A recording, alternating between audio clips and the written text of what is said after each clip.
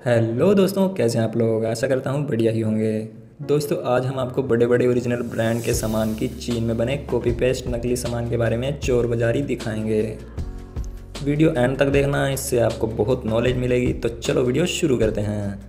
क्या आप जानते हैं कि चीन और पाकिस्तान जैसे देश अपनी वायुसेना की ताकत को दूसरे देशों की नकल करके बढ़ा रहे हैं। चीन में यह नकल का कारोबार ज़मीन से लेकर आसमान तक फैला है। बस ये अकल में नहीं बल्कि नकल में महारत हासिल करता है।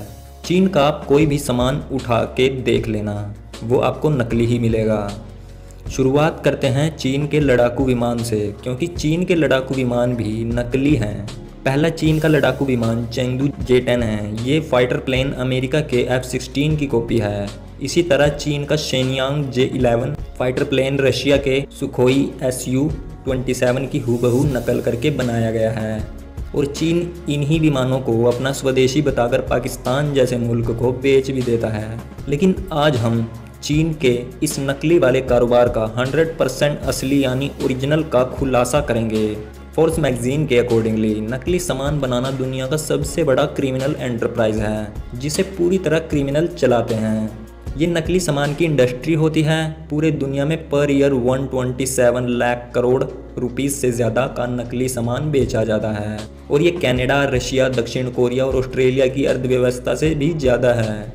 दुनिया भर में जो नकली सामान बेचा जाता है उसमें से 80% सामान चीन में बनता है। और मज़े की बात तो ये है कि चीन 60 से 80% सामान अमेरिका जैसे देशों को ही बेच देता है। यानी जिन देशों में बने सामानों की कॉपी चीन तैयार करता है, उस सामान को उन्हीं देशों में बेचकर चीन उनकी अर्थव्यवस्था को कमज़ोर करता है। जैसे अमेरिका से कोई प्रोडक्ट निकाला और उसी की ही कॉपी करके उन्हें के देश में बेच दिया। चीन कॉफ़ी से लेकर उनकी कार तक किसी की भी कॉपी तैयार कर सकता है। ईयर 1985 तक चीन में कार्स की संख्या 5200 थी, जब ज़्यादातर लोगों के पास अपनी गाड़ियां नहीं होती थी। लेकिन आज चीन में गाड़ियों की संख्या 27 करोड़ से भी ज़्यादा है। ये पूरे यूरोप कारों की संख्या से ज़्यादा है। आज कई बड़ी कंपनियां चीन में कारों का निर्माण करती हैं, लेकिन चीन बड़ी बेशर्मी से इन्हीं कंपनियों के डिज़ाइन और टेक्नोलॉजी को चुराकर नकली गाड़ियां बाज़ार में उतार देता है। इसके एग्जाम्पल आज हम आपके सामने बताने जा रहे हैं कि चीन में मशहूर नकली कार कौन कौन सी हैं। कुछ दशक पहले भारत की मशहूर कार होया करती थी मारुति 800। इस छोटी सी कार को भारत की पहली फैमिली कार कहा जाता था। आज इस गाड़ी का उत्पादन भारत में नहीं होता, लेकिन चीन में इसकी एक कॉपी बहुत ही मशहूर है और आज भी बिक रही है।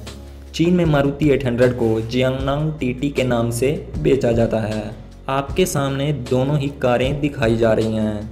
आप देख सकते हैं कि जियांगनांग टीटी हूबहू मारुति 800 की नकल है।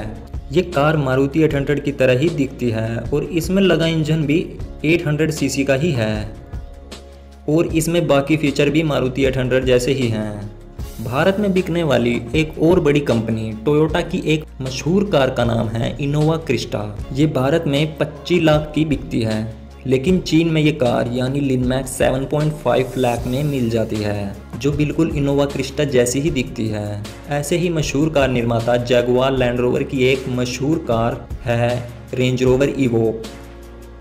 इसी की हूबहू नकल चीन में लैंडविंड X7 के नाम से बिकती है, बल्कि असली कार की कीमत 55 लाख रुपये है और चीन में बनी इस कॉपी कार की कीमत सिर्फ 15 लाख रुपए है।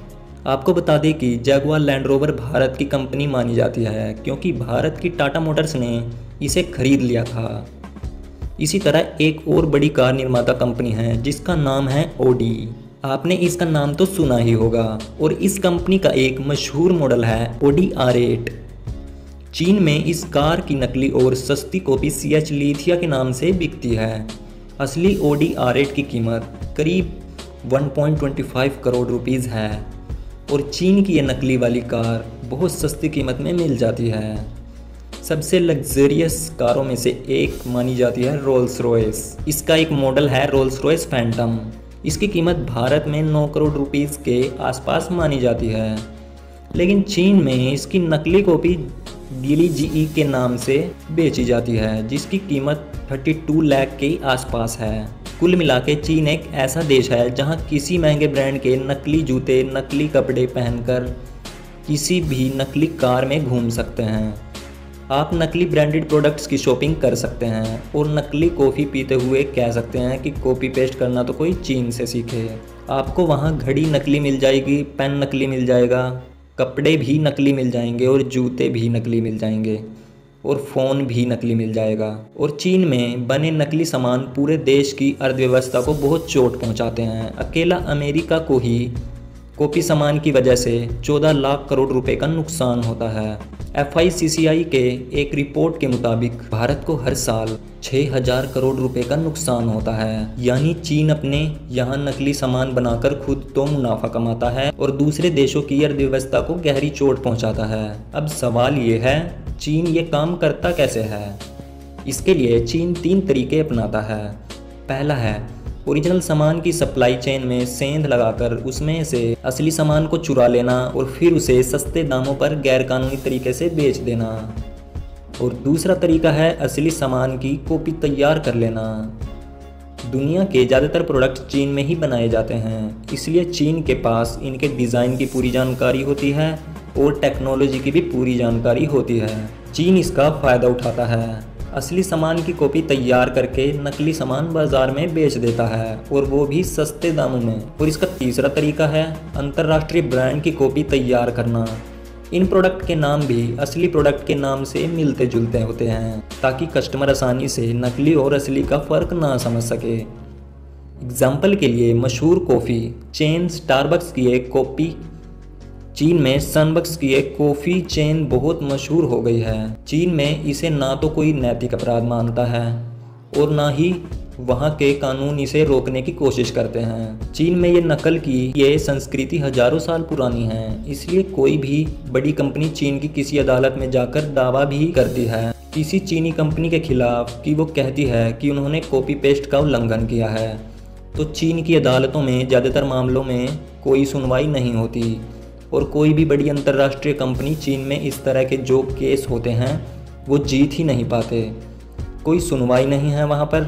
इसीलिए कहा जाता है चीन के महान दार्शनिक कन्फ्यूशियस के ज़्यादातर सिद्धांत उनके खुद के नहीं थे, बल्कि ये भी उन्होंने अपने पहले के दार्शनिकों से कॉपी किए थे।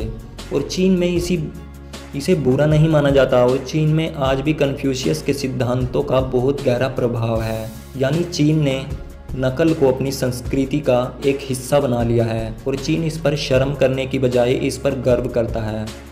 तो दोस्तों, कैसी लगी वीडियो? अगर वीडियो अच्छी लगी हो तो लाइक करना, कमेंट करना और शेयर करना। और कमेंट जय हिंद दोस्तों।